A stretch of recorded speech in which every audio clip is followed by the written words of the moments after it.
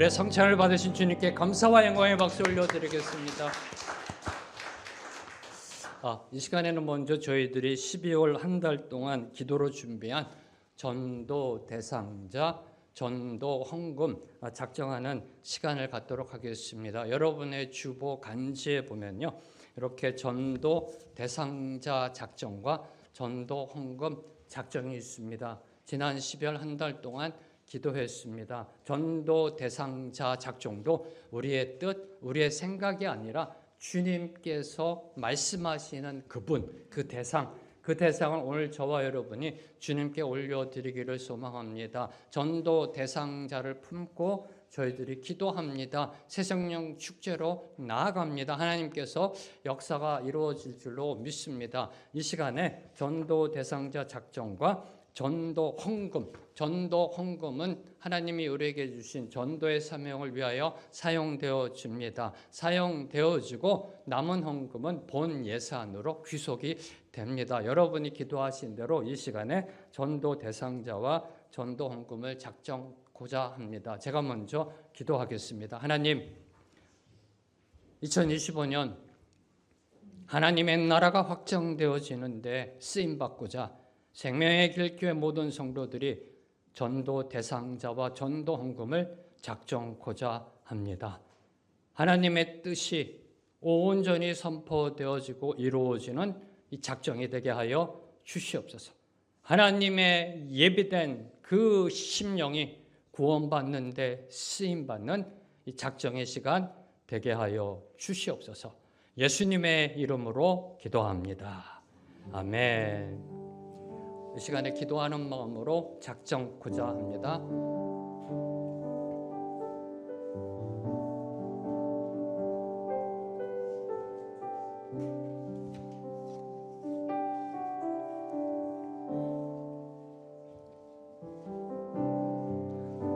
전도 대상자는 저희 카드에 3분까지 적게 되어 있습니다. 3분 이상인 분들은 손을 들어주시면 저희가 별도의 또 카드를 드리도록 하겠습니다. 10분 이상인 분들은 나중에 정리해 주셔서 우리 교육자에게 이메일로 보내주시면 감사하고요. 전도 헌금 작정은 일시납과 매월 또는 매주 납입하는 방법이 있습니다. 거기에 이렇게 적어주시면은요, 저희들이 하나님께 올려드리도록 하겠습니다. 기도하는 마음으로 작정해 주시기 부탁드립니다. 저희가 매년 하는 작정이지만 늘 항상 두려운 마음으로 나아갑니다.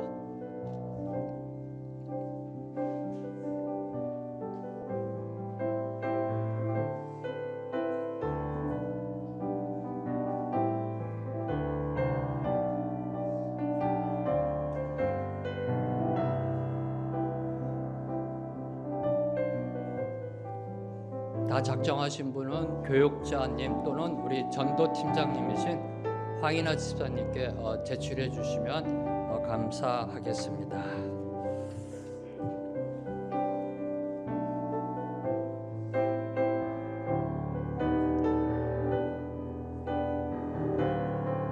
오늘 작정하지 못하신 분은 다음 주에 한 번 더 작정하는 시간을 갖도록 하겠습니다. 할렐루야. 할렐루야. 예배함이 축복입니다. 예배함이 특권입니다. 예배함이 은혜입니다. 하나님 앞에 예배함으로 나아갑니다. 특별히 2025년 저희 교회가 나아가는 그 큰 방향, 여러분이 보시면은 목회 일정이 있습니다. 기도해 주시고, 교회가 나아가는 큰 방향은요, 주님이 우리에게 주셨던 2가지의 비전, 생명력 비전과 선교적 비전에 의하여 나아갑니다. 생명력 비전 가운데서 특별히 교회의 생기가 넘쳐나고 하나님의 신바람이 넘쳐나는 그런 교회가 되기 위하여 특별히 2025년 이 오후 2시 예배, 매월 마지막 주일은 코이노니아 예배로 드립니다. 코이노니아, 우리 성도들이 예배를 드리는 그런 코이노니아, 함께 예배드리고 함께 예배를 만들어가는, 그래서 여러분이 간지에 보면은 2025년 코이노니아 예배라는 간지가 있습니다. 매월 마지막 주 오후 2시 예배는 코이노니아 예배로. 그래서 1월달과 2월달 그리고 5월달, 6월달, 7월달, 10월달과 11월달은요 두 순이 함께 예배를 드립니다. 순장님들께서는 이 일정표에 따라 서로 은연해 주셔서요 예배 드리시면 됩니다. 어떤 형태든 교회 아니든 바깥이건 함께 모이셔서 2시 예배가 없습니다. 그래서 함께 이 순 예배를 함께 드리시면서 교제 나누시면서 이 코이노니아의 축복을 받게 되기를 소망하고요. 이 두 순이 함께 드리는 예배가 없는 그 달은요. 전도사님들께서 기도하면서 이렇게 4가지 마지막 12월 달은 전체 코이노니아 예배로 드리고 플로깅이라든지 땅밟기, 말씀 빙고, 버스킹 등으로 준비하며 전체 우리 성도들이 예배를 만들어가는 그 축복을 누리고자 합니다. 두 번째로 선교적 비전에 따라 저희 교회는 특별히 2가지의 방향성을 두고 나아가고자 합니다. 첫 번째는 선교적 다음 세대입니다. 선교적 교회로서의 다음 세대, 특별히 우리 교회 허락하신 차세대 그리고 청년부가 곧 세워질 줄로 믿습니다. 그 외에 우리 교회에 주신 이 문화적인 양육으로 나아가는 이 면화스쿨도 우리 교회 허락하신 선교적 다음 세대라는 겁니다.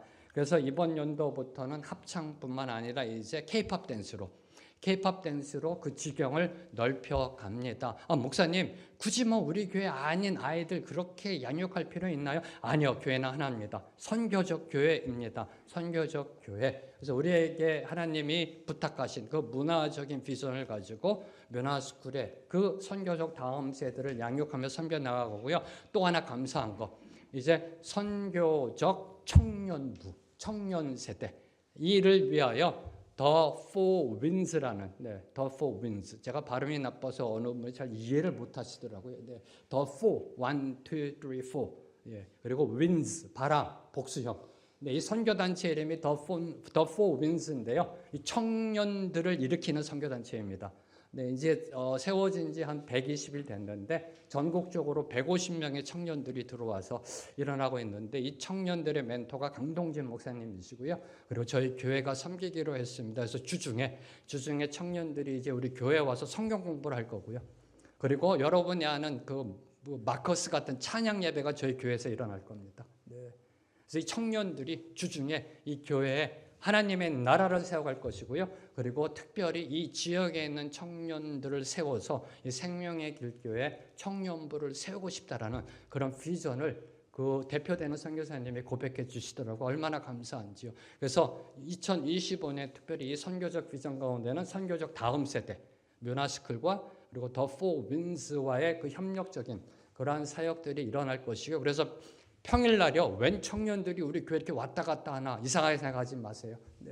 청년들이 우리 교회 와가지고 성경 공부를 할 거고요. 목사님 그 우리 교회 청년들 아닌데요. 그 생각 버리셔야 됩니다. 21세기에 맞게 선교적 개념에 맞게 교회는 하나고요. 교회가 합력하여 다음 세대를 준비해야 합니다. 그리고 또 하나 선교적 비전 가운데 또 하나 나아가는 방향성은 작년에 이어서 전도입니다. 전도 폭발과 특별히 또 버스킹 예배 쪽에 저희 교회가 또 하나님의 뜻을 받들어 나아갑니다. 어느 분이 그러시더라고요. 목사님 전도 폭발에서 노방 전도에서 과연 몇 명이나 전도하셨는지요? 라고 질문하시더라고요. 저희들의 역할은 복음 전파입니다. 구원은 하나님께 있습니다. 구원의 주권은 하나님께 있습니다. 우리는 복음 전파만 하면 됩니다. 그래서 저희들이 전폭과 버스킹에 열심으로 하나님께 나아가니까요. 하나님이 알아서 예비된 자들 보내주시잖아요. 카톡 숫자 보세요. 어느덧 그렇게 됐어요, 숫자가. 하나님이 보내주신다니까요. 하나님의 비전을 붙잡고 열심히 나가는 교회 하나님이 알아서 보내주세요. 왜요? 구원의 주권은 하나님께 있으니까. 우리의 역할은 하나님이 말씀하신 그 명령, 그 말씀에 순종해서 그대로 나아가기만 하면 됩니다. 그래서 2025년 특별히 이 생명력 비전의 코이노니아 예배, 선교적 비전의 선교적 다음 세대와 선교적 전도로 이렇게 나아가도록 하겠습니다. 함께 기도해 주시고요. 이 부분은 계속해서 이루어지는 가운데 우리 성도님들께 계속해서 업데이트해 드리고 그 방향성에 대해서 설명해 드리도록 하겠습니다. 자, 이제 오늘 주신 말씀을 위해 함께 기도하겠습니다. 하나님 아버지 감사합니다. 2025년 첫 주일을 허락하시어 주님 앞에 예배함으로 나아오게 하여 주심에 감사합니다. 예비하신 말씀의 은혜 사모합니다. 받게 하옵소서.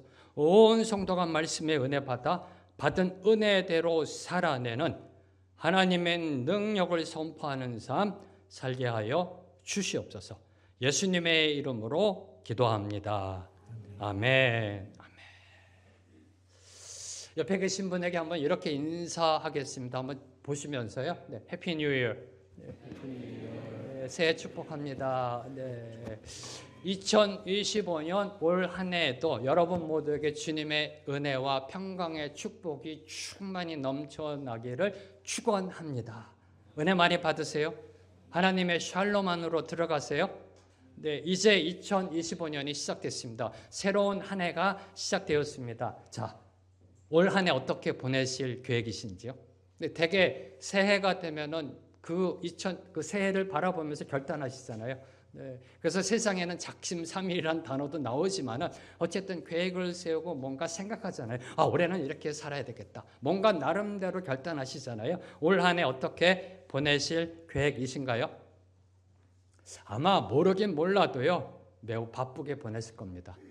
매우 바쁘게 살아가실 겁니다. 지금까지 바쁘게 살아오셨듯이 올해도 바쁘게 살아갈 것입니다. 그리고 2025년 연말이 되면 그렇게 말씀하실 겁니다. 와, 훅 지나갔네. 뭘 그렇게 바빴지? 뭐 한 거 없이 그냥 쑥 시간이 지나갔네. 바쁘게 살 겁니다. 네. 근데 그 바쁨이라는 단어 속에요. 그 바쁨이라는 단어 속에 일이라는 개념이 있습니다.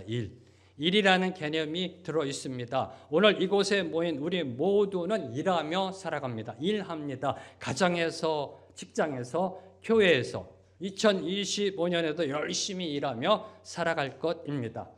자, 그렇다면 여러분은 무슨 일을 하고 계시는지요? 한번 생각해 보시기 바랍니다. 무슨 일을 하고 계시는지요? 2025년도요, 뭔지 모르지만 일을 하며 살아갈 겁니다. 바쁘게 살아갈 겁니다. 네. 무슨 일을 하고 계시는지요? 일터에서, 가정에서, 교회에서 어떤 일을 하고 계시는지요? 한번 생각해 보세요. 상당히 중요합니다. 나는 어떤 일을 하고 있는가? 일터에서, 가정에서, 일상에서, 그리고 교회에서 어떤 일을 하고 있는가? 한번 생각해 보셨는지요? 아, 나는 지금 이런 일을 하고 있고 이런 일을 할 거고 이렇게 한번 좀 정리해 보셨는지요? 그러면 여러분에게 일은 무엇인가요? 여러분에게 일은 무엇인가요? 그래서 제가 한번 사전을 찾아봤습니다. 일이 뭘까? 사전을 찾아보니 다음과 같이 정의합니다. 일은 사람들이 행하는 노동 또는 사람이 삶을 영위하기 위하여 행하는 모든 생계 활동, 즉 생계를 이어나가는 노동 또는 수단으로 정의합니다. 즉 일을 직업의 그 규정하에, 개념하에 일을 정의하고 있더라고요. 일이 직업인 것처럼 생계를 이어나가는 노동 또는 수단으로 정의합니다. 자, 그렇다면 집안일은요? 집안일은? 살림은? 네. 그럼 그건 일이 아닌가요? 그래서 일 전문가이신 조한 시울라 교수님은요, 그에 져서 일의 발견에서 일의 개념을 좀 더 넓은 의미로 해석합니다. 우리 시울라 교수님께서 일의 전문가십니다. 이 교수님이 정의한 일의 개념을 제가 읽어드리겠습니다. 정신 차리고 잘 들으셔야 됩니다. 한 개인의 일반적인 행동, 실행하는 것, 행위, 조처, 업무, 행해지는 것, 혹은 이미 행해진 어떤 것, 어떤 사람이 행하거나 이미 행한 것 등을 가리킨다. 뭔 소리요? 네. 제가 첫 반응이었었습니다. 이분의 이걸 딱 보면서요. 이게 뭔 소리요? 도대체 무슨 소리 하는지 모르겠네. 다시 읽고 다시 읽고. 네. 원서를 읽어보고 싶었어요. 원서를. 근데 원서를 찾지 못했습니다. 이 번역본인데요. 네. 자, 뭘 의미할까요? 이는 일을 한 단어로 정의하기가 어렵다는 사실을 암시하고 있는 겁니다. 일의 전문가가 일을 이렇게 정의했습니다. 이는 일을 한 단어로 정의하기가 쉽지 않다. 어렵다는 사실을 암시합니다. 그래서 세계적인 경영자문연구소인 딜로이트, 딜로이트라는 이 연구소에서는요, 일에 대하여 이렇게 말하였습니다. 개념으로서의 일은 친숙하면서도 좌절스러울 정도로 추상적이다. 맞는 말입니다. 그렇죠? 네. 자, 일. 거북하지 않은, 다 아는 단어잖아요. 일. 네, 낯익잖아요. 네. 일이란 단어요. 개념적으로 친숙합니다. 그런데 좌절스러울 정도로 추상적이다. 우리는 일하러 가고 우리는 일을 끝내며 우리는 뭔가에 대해 일을 한다라고 이 딜로이트 이 경영자문연구소는 일에 대하여 설명하고 있습니다. 맞는 말입니다. 우리는 매일매일 일하며 살아갑니다. 심지어요, 화장실 가는 것도요, 뭐라 그래요? 일 본다 그래요. 네. 화장실 가는 것도 일 본다 그래요. 네. 그러니까 일의 개념이 이만큼 추상적인 겁니다. 지금 이 순간에도 모든 사람은 뭔지 모르지만 일을 하고 있습니다. 가정에서, 일터에서, 일상에서, 그리고 교회에서 일을 하고 있습니다. 일을 하고 있습니다. 이 대목에서 제가 생각한 거, 이 대목에서 제가 질문 던졌던 거, 그러면 제일 처음에 인간이 한 일은 무엇일까라는 생각이, 엉뚱한 생각이 들었습니다. 네. 자, 인간이 처음에 창조됐잖아요. 그럼 제일 처음에 한 일이 뭘까라는 그런 엉뚱한 생각이 들었습니다. 인간이 창조되고 제일 먼저 한 일은 무엇인가? 다시 말해 하나님께서 인간을 창조하시고 제일 먼저 지시하신 일은 무엇인가? 생육하고 번성하라? 그건 명령입니다. 명령. 그건 일이 아니고요. 동물들의 이름을 지어준 거 그건 나중 일입니다. 나중 일이에요. 제일 처음 지시하신 일이 과연 무엇인가? 그게 오늘 말씀입니다. 창세기 2장 15절 말씀, 오늘 말씀 다시 한번 읽습니다. 시작. 여호와 하나님이 그 사람을 이끌어 에덴 동산에 두어 그것을 경작하며 지키게 하시고. 경작하며가 최초의 지시하신 일이에요. 에덴 동산을 경작하라. 최초의 지시하신 일이에요. 그 다음에 지시하신 일이 동물들의 이름 짓는 것이었고요. 최초로 지시하신 일은 경작하다입니다. 경작하다. 어떤 뉘앙스, 어떤 이미지가 떠오르세요? 경작하다. 경운기, 쟁기, 삽질, 곡괭이질, 호미질 안 떠오르세요? 경작하다. 논 갈고 밭 가는 농사가 떠오르지 않으세요? 이 경작하다라는 단어가요. 여기서 놓치지 말아야 할 사실, 이때는 창세기 2장 15절, 이때는 죄가 들어오기 전이라는 겁니다. 죄가 들어오기 전, 인간이 타락하기 전이라는 사실입니다. 인간이 타락하기 전 에덴 동산은요, 보기 좋고 먹기 좋은 아름다운 과실들로 충만했습니다. 그래서 하나님이 마음껏 먹으라고 그랬잖아요. 닭 하나 선악과만 빼놓고 마음껏 먹어라. 보기 좋고 먹기 좋은 아름다운 과실들로 충만했습니다. 다시 말해 먹고 살기 위해 인간이 땀 흘려 땅을 경작할 필요가 없었다라는 겁니다. 죄가 들어오기 전에는요, 논밭 갈고 씨를 뿌리는 농사는요, 죄가 이 땅에 들어온 후부터라는 것입니다. 자, 그러면 경작하다라고 이 한글 성경에 번역된 이 의미는 과연 무엇일까요? 경작하다. 최초로 지시하신 일이 경작하다인데, 이 경작하다는 그때 상황적 문맥에 맞지 않습니다. 타락하기 전이기 때문에 경작할 필요가 없었어요. 이 경작하다로 번역된 원어 히브리어는 아바드라는 단어입니다. 아바드. 저희 수요 예배가 아바드 예배라고 그러잖아요. 아바드라는 히브리어입니다. 이 아바드라는 단어의 뜻이요, 일하다, 노동하다라는 뜻도 있지만 섬기다, 예배하다라는 뜻이 있습니다. 성경에서는 섬기다, 예배하다가 더 우선적입니다. 이 아바드라는 히브리어 단어가요, 경작하다라는 단어로 번역됐는데, 물론 일하다, 노동하다 뜻이 있습니다. 그런데 섬기다, 예배하다라는 뜻이 있습니다. 이 아바드의 명사형이 에베드라는 히브리어인데, 이 뜻이 하나님의 종이란 그 종이에요. 하나님의 종. 모세가 하나님의 종이었고 이사야가 하나님의 종이었고 그 종. 종. 하나님을 섬기며 하나님을 예배하는. 바로 이런 뜻을 갖고 있습니다. 이로 볼 때 당시 아담에게 주어진 일, 그 일은 에덴 동산에서 하나님의 청지기로 섬기며 하나님을 예배하는 것이었다라는 겁니다. 최초에 지시하신 일, 그거는 에덴 동산에서 하나님을 섬기며 하나님을 예배하는 것이었다라는 겁니다. 한마디로 일이 예배였다라는 겁니다. 일이 예배였다는 겁니다. 여러분, 일하면은 부정적인 생각이 드시죠? 일하면은 좀 짜증나시죠? 피곤하시죠? 아, 또 일해야 되나? 뭐 이런, 월요병 일. 그 일은 타락한 다음에 들어온 우리의 감정적 상태입니다. 왜요? 일에 노고가 들어왔잖아요. 죄가 이 땅에 들어오고 타락한 다음에 하나님이 심판 내리셨잖아요. 땅은 엉겅퀴를 대고 땀 흘려 수고해야 된다. 그 전에 일은 축복이었습니다. 하나님도 일하신다라고 그래요. 하나님도 일하신다. 이런 축복이었다는 겁니다. 죄가 이 땅에 들어옴으로 그 일에 노고가 들어간 거예요. 노고가. 땅은 엉겅퀴를 대고요. 땀 흘려 수고해야 겨우겨우 하루 먹고 살게 되는. 근데 죄가 들어오기 전에 그 일은 축복이었어요. 그 일은 예배라는 겁니다. 하나님을 섬기고 하나님을 예배하는 것, 곧 예배하는 삶이 일이었다는 겁니다. 이걸 지시하신 겁니다. 최초로 지시하신 일, 그건 우리가 살아가는 삶의 모습이 예배가 되어야 한다라는 의미를 담고 있는 게 바로 경작하다라고 번역된 히브리어 아바드입니다. 다시 말해 월요일부터 일요일까지 Monday to Sunday, 24 hours, 24시간 365일 매일매일 하나님을 섬기고 예배함이 우리 인간에게 주어진 최초의 일이었던 겁니다. 무엇을 하든 하나님께 영광 돌리는 것이 우리에게 주어진 최초의 일이었던 것입니다. 근데 이게 죄가 들어옴으로 인하여 문제가 생겼던 겁니다. 타락함으로 인하여. 그래서 하나님께서는요, 이 일을 올바로 수행하기 위해 놓치지 말아야 할 것, 그리고 하나님이 지시하신 일, 이 아바드의 삶을 제대로 살아내기 위해서 저와 여러분이 반드시 주목해야 될 게 있습니다. 이 아바드의 삶, 하나님이 지시하신 일을 올바로 제대로 수행해내기 위해서 우리들이 놓치지 말아야 할 것, 그건 바로 창세기 2장 15절에 여호와 하나님이 그 사람을 이끌어 에덴 동산에 두어라는 것입니다. 그 다음에 일을 지시하셨어요. 여호와 하나님이 그 사람을 이끌어 에덴 동산에 두어, 에덴 동산으로 두고 나서 일을 지시하셨어요.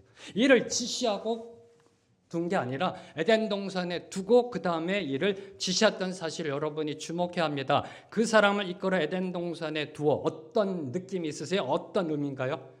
그 사람을, 아담이죠. 아담을 창조하셨습니다. 그 사람을 이끕니다. 하나님이 어디로요? 에덴 동산으로, 에덴 동산에 두었습니다. 어떤 의미인가요? 자, 이는 아담이 에덴 동산 밖에서 창조되었다는 겁니다. 에덴 동산 바깥에서 창조되어 하나님 손에 이끌려 에덴 동산으로 옮겨왔음을 보여주는 말씀입니다. 한번 생각해 보세요. 이제 아담이 창조됐습니다. 생명이 생겼습니다. 눈을 떴습니다. 그때 뭐가 있었을까요? 에덴 동산 밖이라니까요. 아무것도 없었습니다. 아무것도 없었어요. 그저 깜깜합니다. 아무것도 없었습니다. 그때 어떤 범접할 수 없는 한 분이 와서 손을 내밉니다. 그런 말씀하십니다. 내가 너를 만들었다. 내가 너를 만들었다 말씀하시며 어느 동산으로 이끌고 갔는데 그곳은 참으로 천국과도 같은 곳. 아름답고 평화롭고 최상의 먹을 것들이 넘쳐나는 낙원 중에 파라다이스였던 겁니다. 그러면서 말씀하십니다. 마음껏 즐겨라. Enjoy yourself. 단 선악과만 빼고 마음껏 즐겨라라고 하나님 말씀하신 거예요. 이때 아담은 어떠하였을까요? 이때 여러분이 만약에 아담이라면 어떠했을까요? 저 같으면요, 제일 먼저 입이 쫙 벌어지면 우와 너무 좋다. 하나님 여기서 나 살라고요? 이랬을 것 같아요. 네. 제 집이 여기예요. 이거 다 제가 먹어도 돼요? 와 이랬을 것 같아요. 안 그랬을 것 같아요? 네. 좀 감정을 좀 놓고 생각해 보세요. 아닌가요? 아닌가요? 그렇잖아요. 눈을 떴는데 아무것도 없었다니까요. 막막했다니까요. 근데 그분이 나를 이끌어 에덴 동산에 딱 데리고 왔는데 와 너무 좋아. 근데 나보고 그러시는 거예요. 마음껏 먹어. Enjoy yourself. 단 선악과만 빼고. 이야 째진다. 기분 째진다. 이야 이게 웬 떡이래? 이런 느낌이 안 들었을까요? 네. 그리고 그 좋은 것 주신 하나님께 어떤 마음이 들었을까요? 감사라는 겁니다. 감사.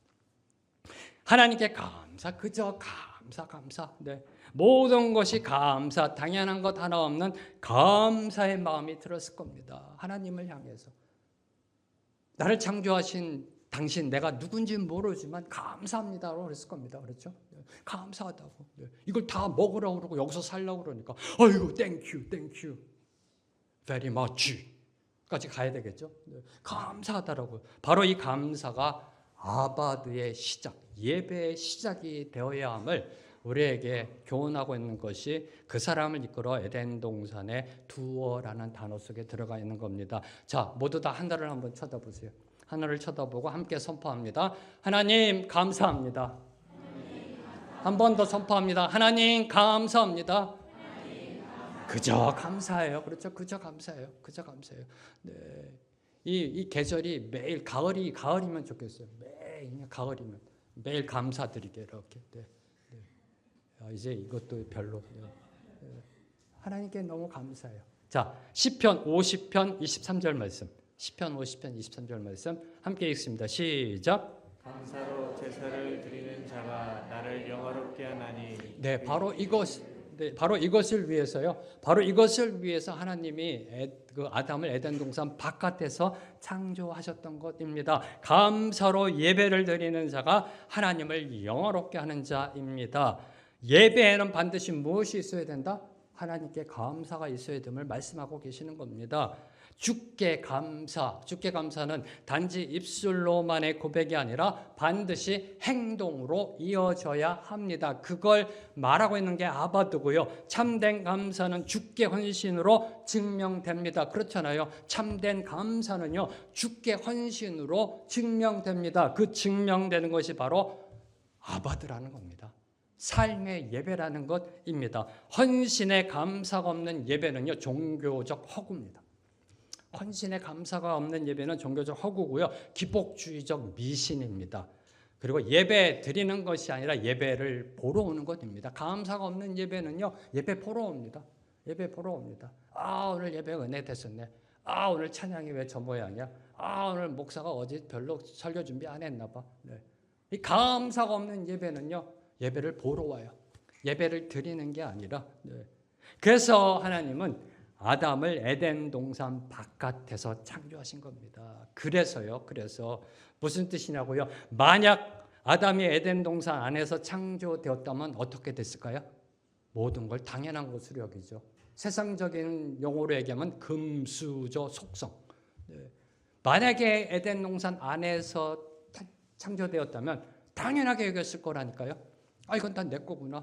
당연히 난 여기서 이건 내 거고, 이 금수저 속성으로 나아갈 수 있었을 겁니다. 여호와 하나님이 아담을 이끌어 에덴 동산에 두신 은혜, 그 은혜가 오늘 저와 여러분에게도 동일하게 베풀어 줬습니다. 다시 선포합니다.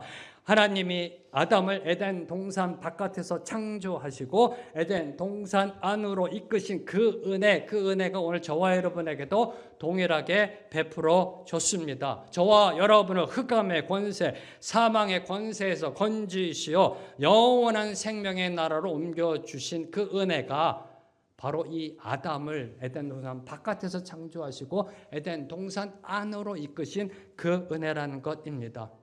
이 은혜가 뼛속까지 느껴진다면, 이 은혜가 느껴진다면, 고백된다면, 그죠? 감사, 감동, 감격, 감탄, 감복하지 않을 수 없습니다.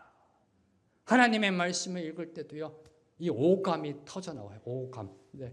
감동, 감격, 감사, 감탄, 감복. 네. 이게 그냥 터져 나와요. 찬양을 할 때도 터져 나와요. 기도할 때도 터져 나와요. 감사의 헌신을 드리지 않을 수 없다는 겁니다. 그리고 감사와 함께 느꼈을 또 다른 마음은 겸비함입니다. 겸비함.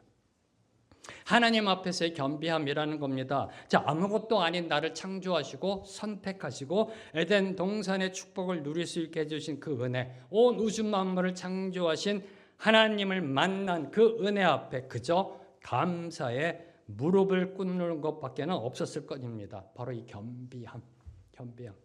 바로 이 감사의 겸비함이 아바드의 출발점이다라는 겁니다. 아니, 하나님을 향한 감사의 겸비함이 있는 사람은요, 아바드 삶을 살게 되어 있습니다.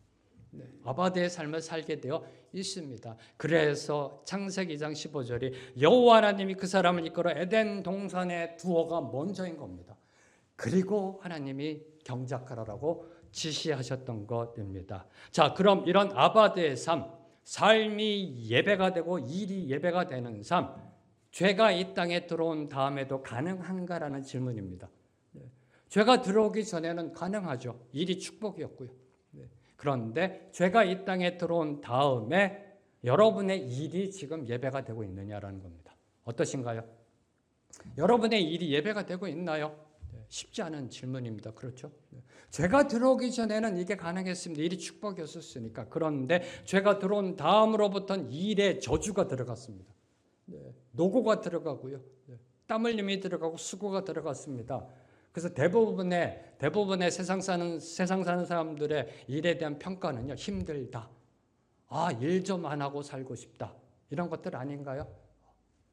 지금 한탕 해가지고 좀 편안하게 어디 해변가 가서 좀 쉬고 싶다. 월요일 날 되면 월요병 생기고. 이게 일에 대한 세상 사람들의 반응 아닐런지요? 자, 그러면 일이 예배라는 게 가능한가라는 겁니다. 왜요? 이걸 왜 질문 던져야 돼요? 하나님이 지시하신 최초의 일이니까. 최초로 지시하셨다는 건 그만큼 중요하다는 겁니다.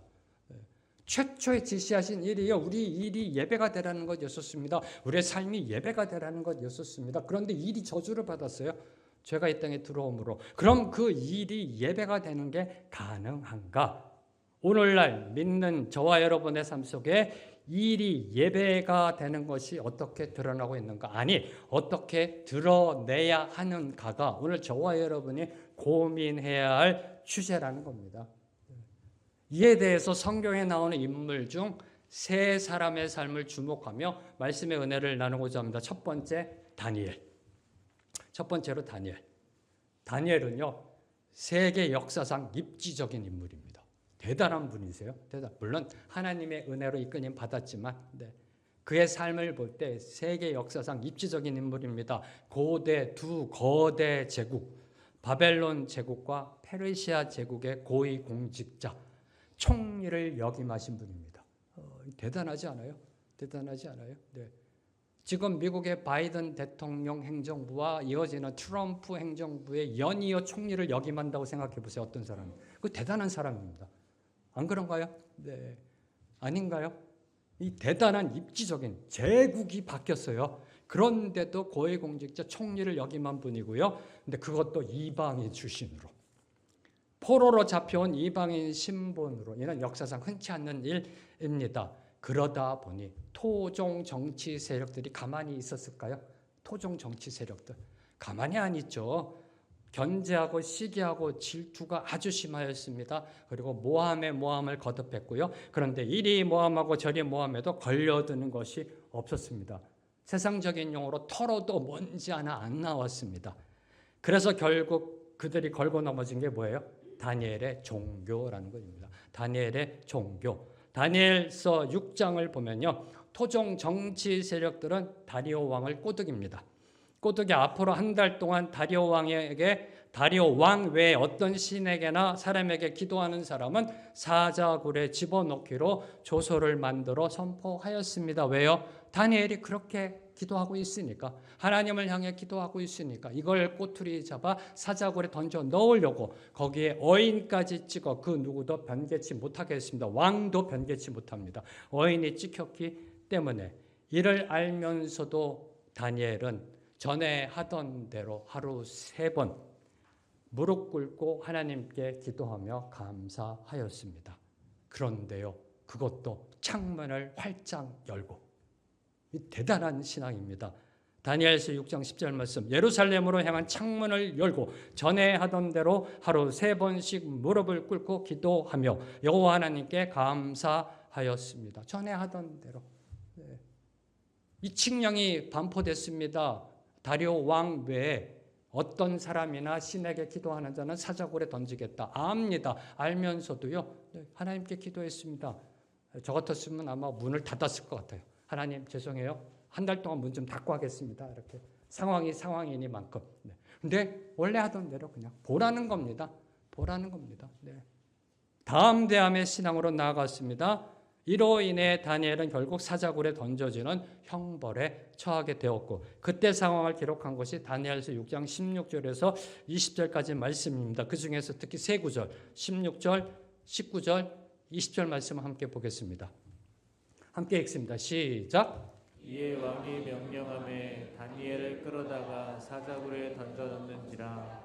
왕이 다니엘에게 이르되 내가 항상 섬기는 너의 하나님이 너를 구원하시리라 하니라.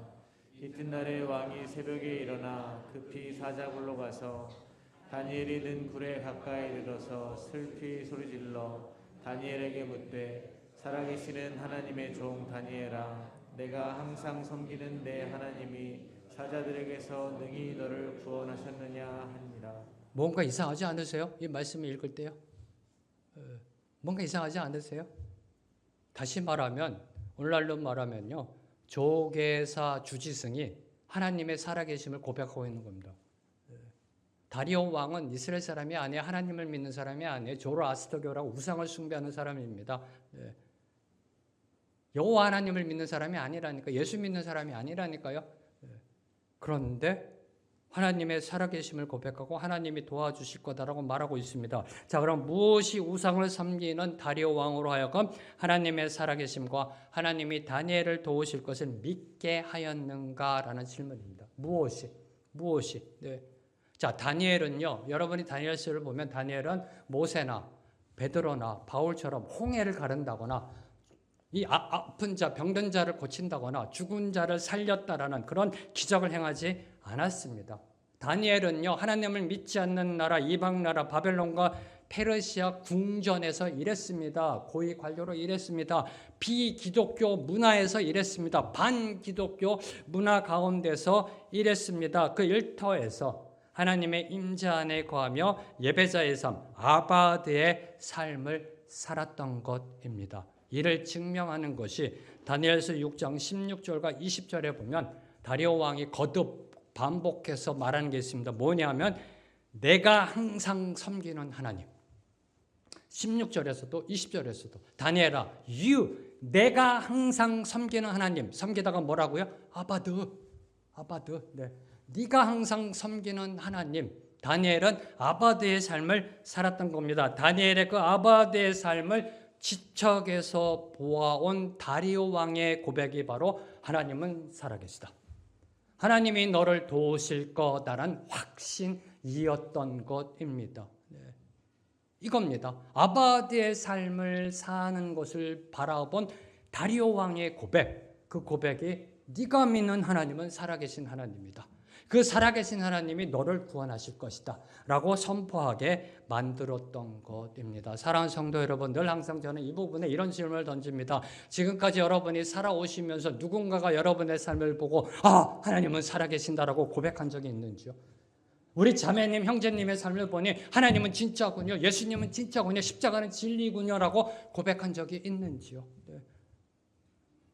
여러분의 일터에서, 여러분의 일상의 지인들 속에서, 그리고 여러분의 자녀들이 여러분의 삶을 보고요, 하나님은 살아계신 분이다라고 그런 고백을 한 적이 있는지요? 다니엘이니까. 그렇죠. 네, 다니엘은 신실한 분입니다. 네, 신앙인들 중에서도 아주 소수의 엘리트에 속하는 거죠. 다니엘이니까 우리랑 좀 다른 아주 특별한 믿음의 사람이니까. 그렇죠. 네, 그럴 수 있습니다. 자, 그러면 두 번째로 야곱은 어떤가요? 야곱 좀 만만한가요? 야곱, 에서 쌍둥이 그 동생, 이삭의 아들. 야곱은 좀 나랑 비슷해 보이는가? 한번 견주어 볼 만한가요? 야곱. 창세기 30장 27절 말씀. 창세기 30장 27절 말씀 함께 읽습니다. 시작. 라반이 그에게 이르되 여호와께서 너로 말미암아 내게 복 주신 줄을 내가 깨달았노니 내가 나를 사랑스럽게 여기거든 그대로 있으라. 야곱도 하나님을 증거하는 삶을 살았습니다. 야곱도요.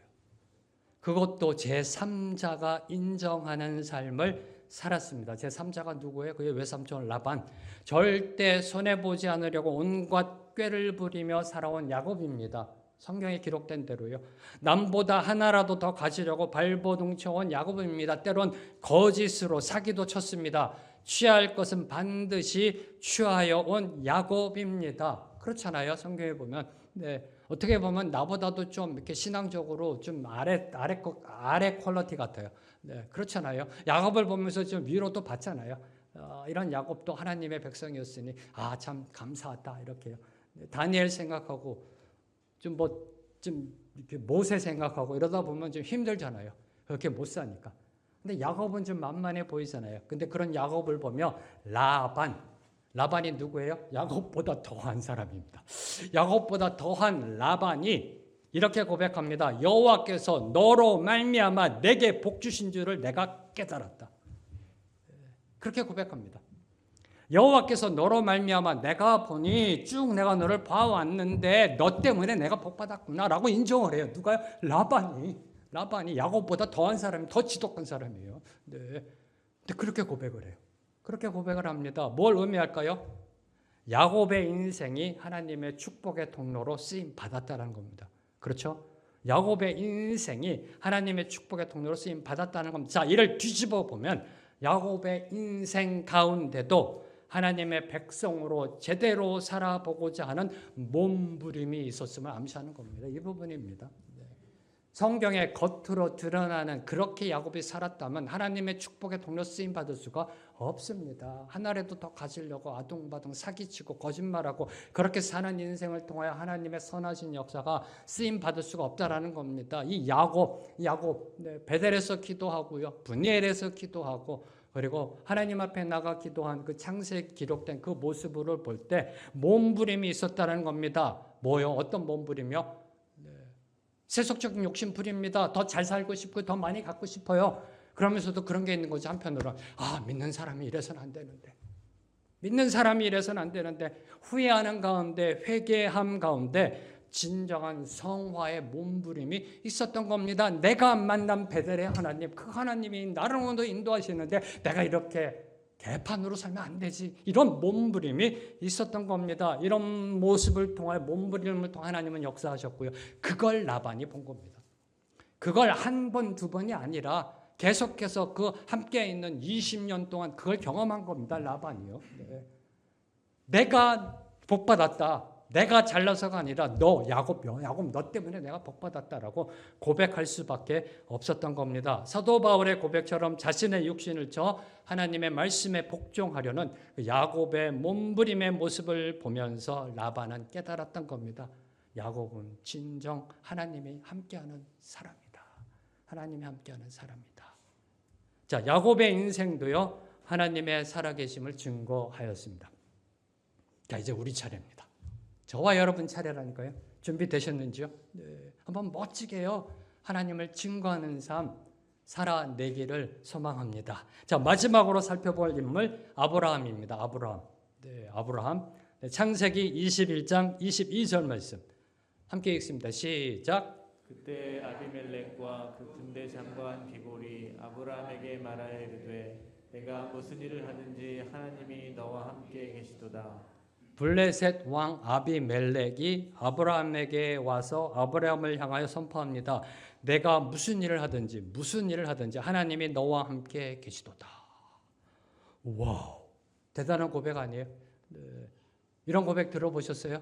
옆에 계신 분이 여러분을 향해 김 집사, 박 권사, 당신이 무슨 일을 하든지 하나님이 당신과 함께 계십니다.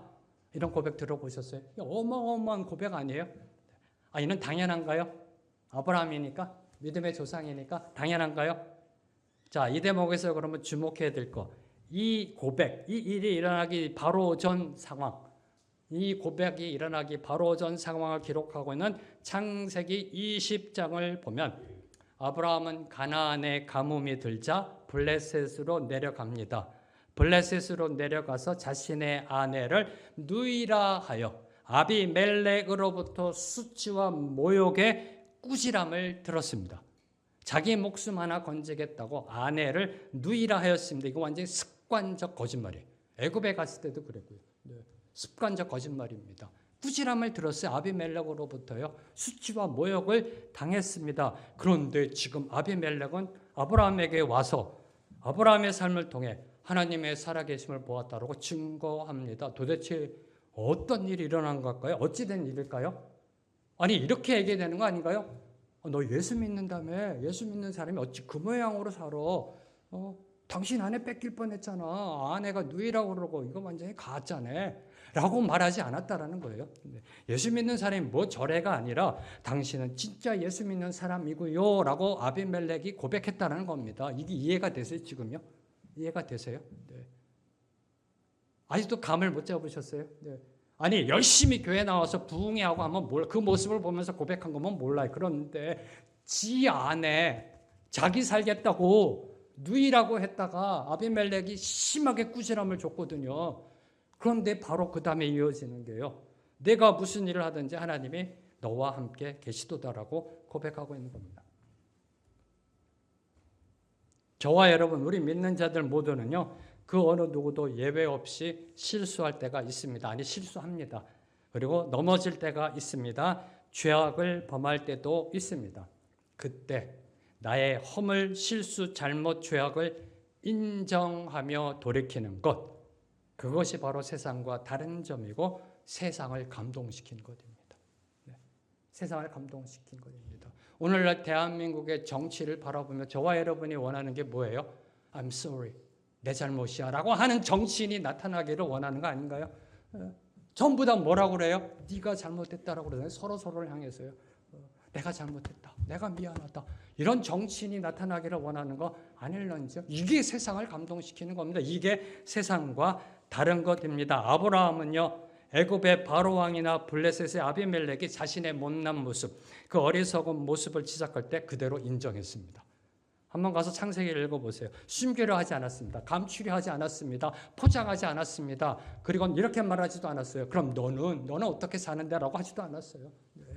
그냥 있는 그대로 인정했어요. 죽을까 봐 그랬다. 있는 그대로 인정했습니다. 숨기지 않았습니다. 있는 모습 그대로 자신의 연약한 부족함을 인정하고 자복하였습니다.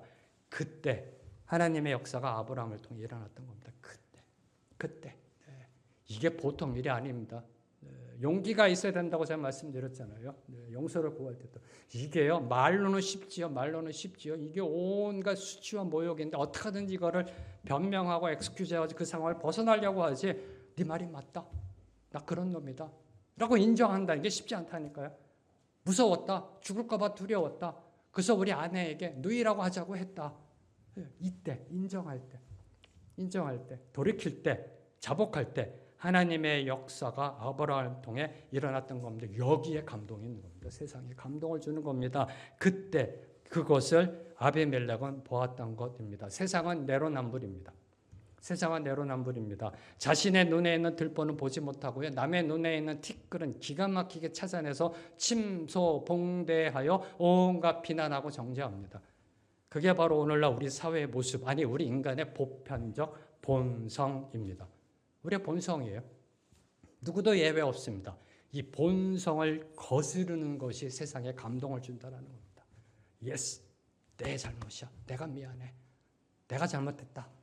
이게 세상에 감동을 주고 살아계신 하나님을 증거한다는 겁니다. 세리처럼 가슴을 치며 내가 죄인임을 인정하며 하나님 앞에 엎드릴 때 하나님은 우리를 잡아 일으켜 세워주십니다. 사도 바울처럼 나는 죄인 중에 괴수임을 깨닫고 주님의 자비와 긍휼의 은혜를 구할 때 하나님은 우리를 통해 역사하신다라는 것입니다. 사랑하는 성도 여러분, 기억하십시오. 우리 믿는 자들이 어디에서 무엇을 하든 하나님 안에 거하며 예배자로 살아갈 때, 아바데의 삶을 살아낼 때 세상은 우리를 통해 하나님의 살아계심을 보게 될 것이라는 것입니다. 세상은요, 더 이상 복음 듣는 것을 원치 않습니다. 너나 잘해라고 얘기합니다. 너나 잘해. 듣는 거 원치 않습니다. 보기를 원합니다. 우리 삶을 통해 보기를 원합니다. 그래서 학자들은 신자의 삶, 성도의 삶이 5번째 복음서다라고 선포하고 있는 겁니다. 마태, 마가, 누가, 요한복음 다음에 5번째 복음서가 바로 우리의 삶이다라는 것입니다. 오늘 2025년을 이제 시작하면서요, 여러분과 함께 한 가지 소망을 품고자 합니다. 네, 여러분과 함께요, 한 가지 소망을 품고자 합니다. 여러분, 저와 여러분, 우리 모두가 깨어있는 시간, 그 시간에 하나님과 동행하며 월요일부터 일요일까지 아바데의 삶을 살아낸다면 과연 어떠한 일이 일어날까요? 이 소망을 품고자 합니다. 어떠한 일이 일어날까? 여러분의 가정에서, 여러분의 일터에서, 일상에서 어떠한 일이 일어날까? 여러분이 깨어있는 시간 아바데의 삶을 살아낸다면 어떠한 일이 일어날까? 이 소망을 품고자 합니다. 자, 여러분이 다니엘의 삶을 살든 야곱의 삶을 살든 아브라함처럼 인생 최대의 실수를 범하든 그곳에서 하나님의 성도로 살아가기 위해 몸부림친다면 세상은 반드시 하나님의 존재를 인정하게 될 것입니다. 기억하십시오. 기독교는 나부터 종교입니다.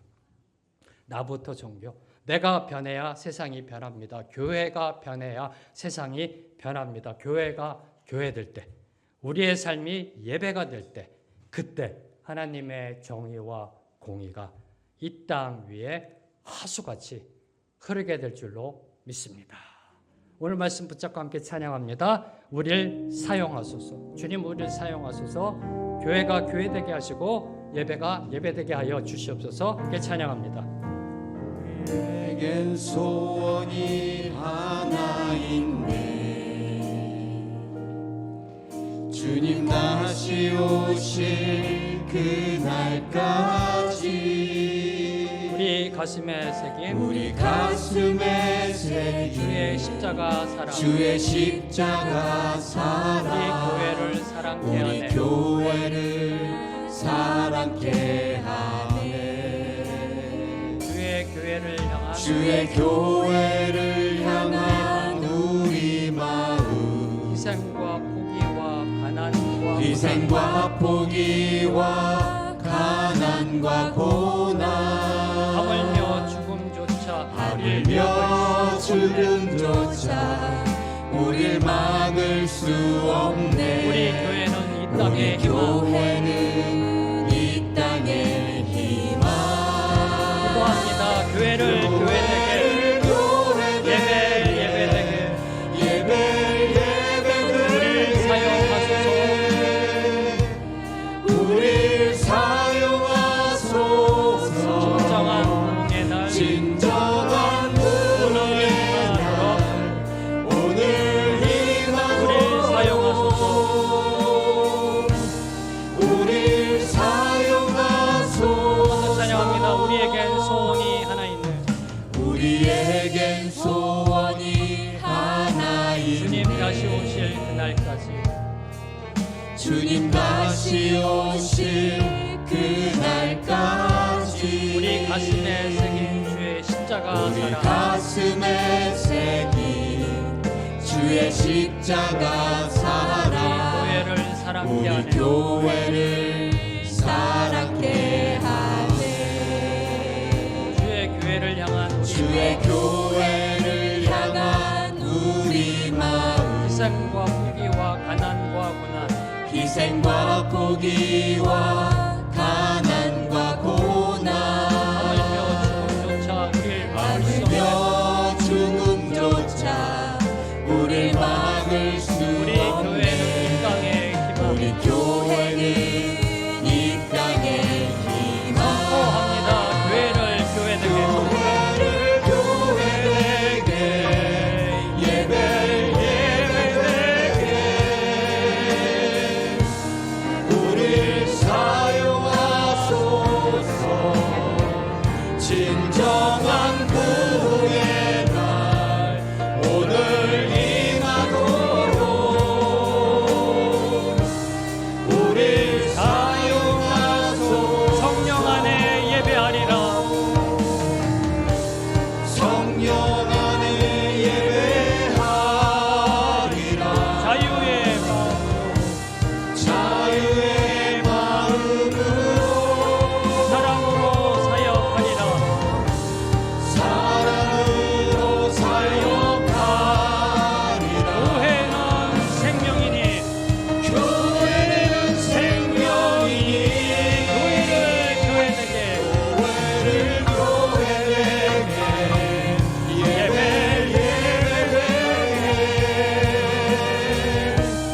우릴 사용하소서. 진정한 부흥의 날 오늘 임하도록 우릴 사용하소서.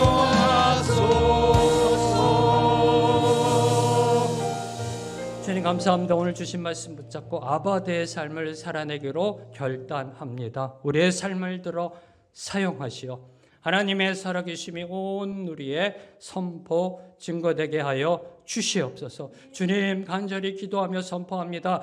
교회가 교회되게, 예배가 예배되게 하여 주시옵소서. 이 땅에 하나님의 살아계심이 선포되는 데 쓰임받는 생명의 길교회 모든 성도들 되게 하여 주시옵소서.